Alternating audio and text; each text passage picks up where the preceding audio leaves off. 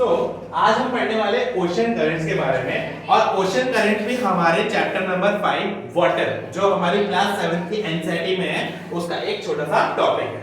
इस water ocean currents में हम क्या पढ़ने वाले हैं कि ओशन करंट्स होती क्या है, ठीक है। और इसमें ओशन करंट्स में भी दो टाइप्स होते हैं, एक होता है वार्म करंट और एक होता है कोल्ड करंट, ठीक है। और उसके बाद हम देखेंगे फिशिंग ग्राउंड, जहां पे सबसे ज्यादा मछलियां मिलती है ना, वो कौन सी जगह होती है जहां पे सबसे ज्यादा मछलियां होती है, ठीक है। और ऐसी जगहों को ढूंढते कैसे हैं, ठीक है, वो भी हम देखने वाले हैं। सबसे पहले बात करते हैं कि ओशन करंट्स क्या होते हैं।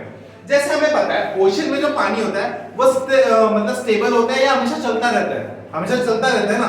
तो ओशन में जितना भी पानी है वो हमेशा क्या होता है, कंटीन्यूअस फ्लो करता रहता है। क्या होता है, कंटीन्यूअस फ्लो करता रहता है।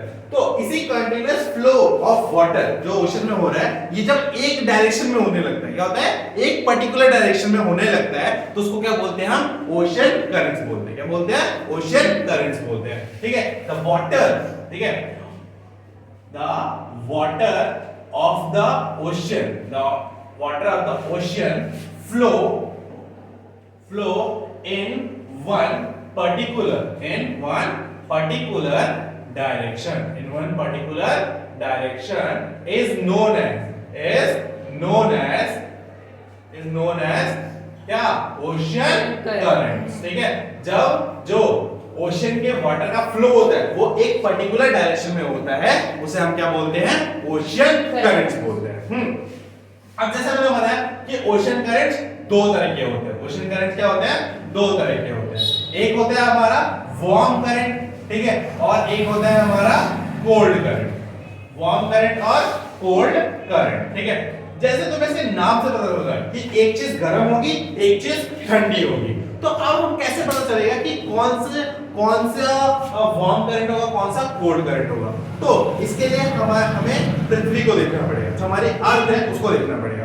तो अर्थ में एक लाइन होती है जिसको हम बोलते हैं इक्वेटर, और इक्वेटर क्या होती है, एक इमेजिनरी लाइन होती है जो अर्थ को दो हिस्सों में डिवाइड करती है। और जो सन होता है उसकी सबसे ज्यादा जो रोशनी पड़ेगी वो कहां पड़ेगी, इक्वेटर में पड़ेगी। तो इक्वेटर में जितना भी पानी होगा वो सारा क्या जाएगा, गर्म हो जाएगा, ठीक है। तो इक्वेटर से जो भी पानी गर्म होगा तो वहां पे पूरा गर्म हो जाएगा, और वो पानी फिर ऊपर और नीचे की तरफ ट्रैवल करेगा, तो उससे क्या बन जाएगा, वार्म करंट। और जो हमारे नॉर्थ पोल और साउथ पोल है वहां तक लाइट बहुत कम पहुंचती है, तो वहां पे ठंडी क्या होगी, ज्यादा होगी। तो वहां पे जितना भी पानी होगा क्या होगा, कोल्ड होगा। तो वो जब कोल्ड करंट नीचे की तरफ, जब वो कोल्ड पानी नीचे की तरफ आएगा तो क्या जाएगा, कोल्ड करंट, ठीक है। और जो ये इक्वेटर वाले है ये ऊपर की तरफ जाएगा तो क्या जाएगा, वार्म करंट, ठीक है। इसको अच्छे से समझने के लिए मैं तुम्हारे सामने एक वर्ल्ड मैप बनाता हूं और समझाता हूं कि किस तरीके से कौन कौन सी करंट इंपॉर्टेंट है हमारे एग्जाम के लिए, ठीक है। वर्ल्ड मैप को बनाने में थोड़ा सा मुझे टाइम लगेगा, तो इसको तुम फास्ट फॉरवर्ड कर सकते हैं, ठीक है। देखिए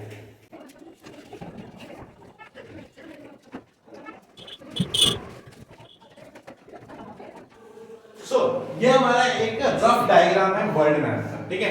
इस वर्ल्ड मैप की मदद से मैं आपको समझाना चाहूंगा कि किस तरीके से हमारे यहाँ पे जो वार्म करंट्स होते हैं, कोल्ड करंट्स होते हैं। तो यहाँ पे एक बीच में लाइन होती है जो क्या करती है, जिसको हम क्या बोलते हैं, इक्वेटर। क्या बोलते हैं, इक्वेटर, जो इस तरीके से पास होती है ना।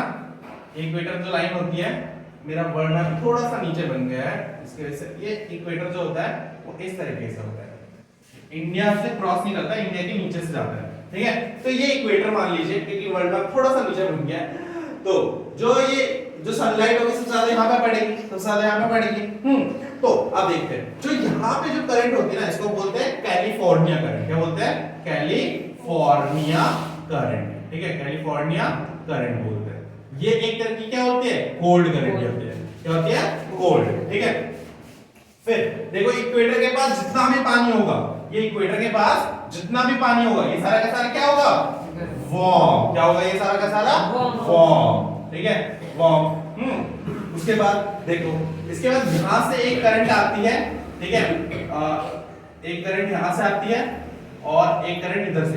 इस वाली करंट को बोलते हैं गल्फ स्ट्रीम। क्या बोलते हैं, गल्फ स्ट्रीम, ठीक है। और फिर इस वाले करंट को बोलते हैं हम, इसको बोलते हैं हम लैब्राडोर। क्या बोलते हैं, लैब्राडोर, ठीक है, ठीक है, लैब्राडोर, स्पेलिंग देख लेना, लैब्राडोर करंट, ठीक है। तो मैं आपको गल्फ स्ट्रीम और लैब्राडोर के बारे में क्यों बता रहा हूं, क्योंकि देखिए जो गल्फ स्ट्रीम होती है ना, ये होती है एक वार्म करंट, क्या होती है वार्म, और लैब्राडोर जो होती है वो होती है एक कोल्ड करंट, ठीक है, क्या होती है कोल्ड करंट। तो जब ये दोनों करंट मिलती है ना, तो इस जगह पे ये दोनों मिलती है, तो जिस जगह पे ये दोनों मिलती है वहां पे क्या बनता है, हमारा फिशिंग ग्राउंड बनता है। मतलब यहाँ पे जो पानी होता है एकदम नॉर्मल होता है, जो मछलियों के लिए बहुत ज्यादा अच्छा होता है, ठीक है।